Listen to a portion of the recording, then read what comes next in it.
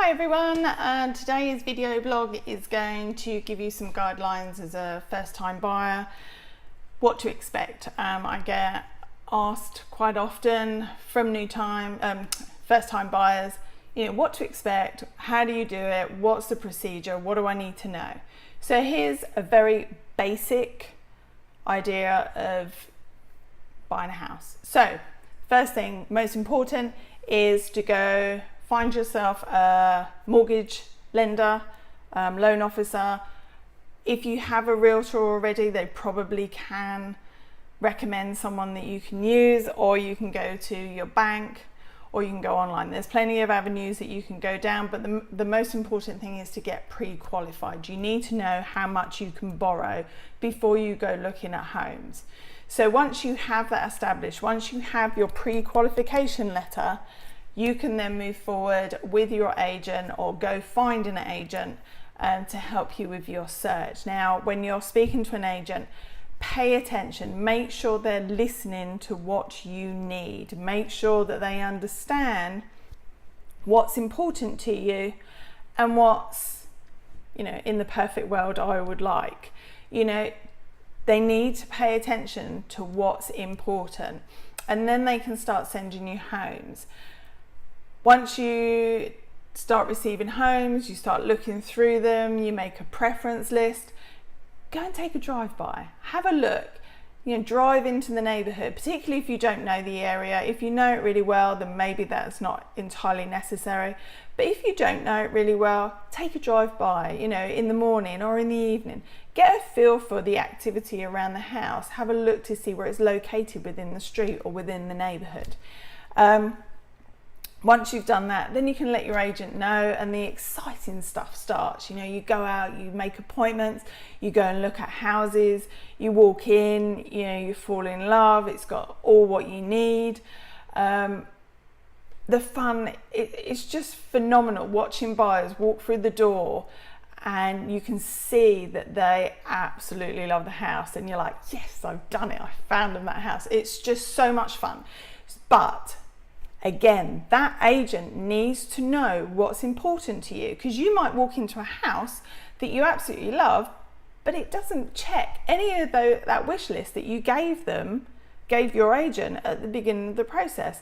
So your agent needs to, bring you back and say, look, none of what you said you wanted is in this house, and it just saves so much time if you've got an agent that's listening to you. You don't have buyer's remorse. You feel confident that you've made the right decision. So you've fallen in love, you've found the house, it answers everything that you've been looking for.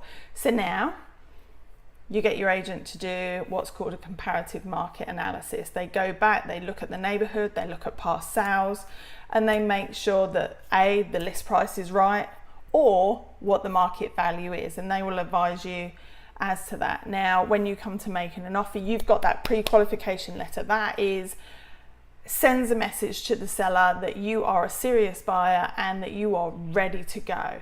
So everyone pays attention.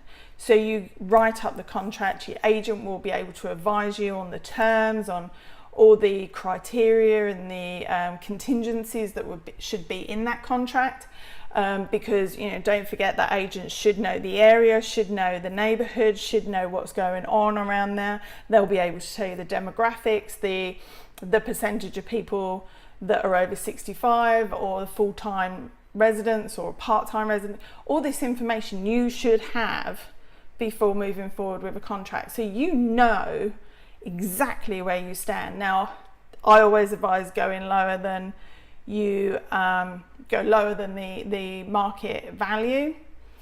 Don't ask, don't get, laws of physics.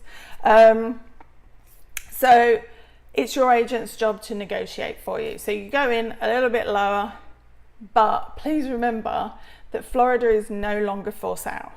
It's a great market, it's strong, it's active. The chances of you getting a house at a huge discount price are gone. So be realistic, know that you probably will end up at market value, and that's fine. The market's strong, that's fine. So once your negotiation is accepted, you are then watching the clock. You're under a timeline. So we go by the term effective contract or executed contract, and that means all parties have signed the contract.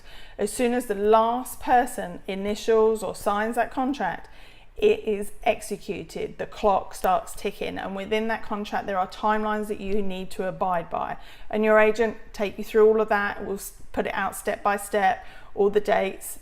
You'll be good. The main thing is your escrow. That's typically within 3 days. That's your earnest money. So whatever you agreed to pay on the contract, you will need to get that to either the closing attorney, title company, within 3 calendar days. Once you have that, you will then have your inspection contingency, normally, typically between 10 to 15 days. You arrange the inspection. You can be there at the inspection or your agent will be. It's entirely up to you. I always recommend that my buyers come along for the last sort of half an hour of the inspection. That way the inspector can get his thing done and then go through the house with you, showing you, you know, all the things you need to know, good, bad or ugly. So you got your inspection time. Once you get over your inspection time, you normally have your finance contingency. Now that finance normally starts within 5 days of the executed contract. Remember, when all parties have signed. So you've got your pre-qualification letter, half of the work's been done. Now we've got to do the other half. You've got to get all the information over to your loan officer in a timely manner, because he is also under the clock. So he or she needs to be able to get from loan application, underwriting to clear to close within the timeline set in that contract, and he or she can only do that if you provide the information that they need in a timely manner. So if you do this, if everyone stays on track, then it's fun. There shouldn't be any reason for any stress. There shouldn't be any reason for any sleepless nights. It should be fun and exciting. So, you know, get that information over. You know, some loan officers even do underwriting before with their pre-qualification. So you're done, you're good.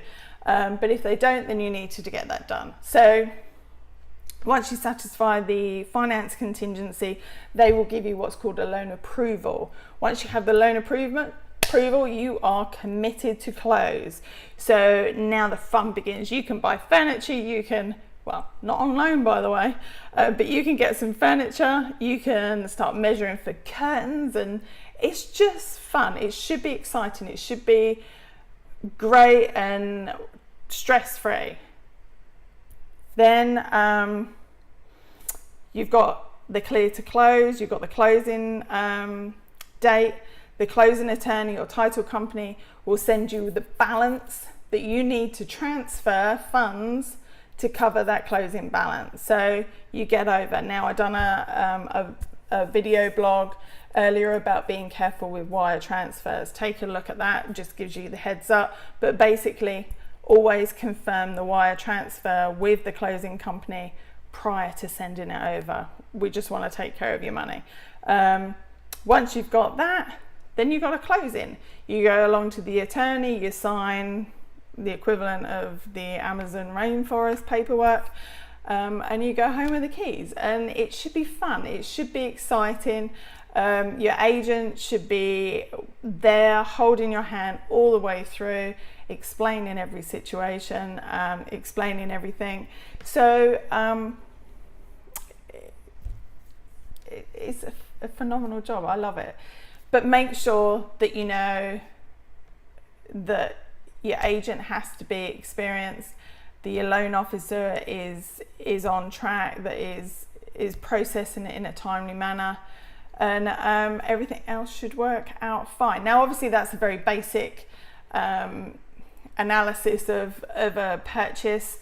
Part of the negotiation is your agent. There's lots of other things, lots of other clever ways of negotiating a contract and terms, but that is a very basic idea, and that should give you an idea of what a closing, you know, from start to finish purchase in a house should look like. If you have any questions, you know, obviously feel free to contact me. You can reach out, call, text, email, whatever is easier for you. I'm happy to answer any questions. So until next time.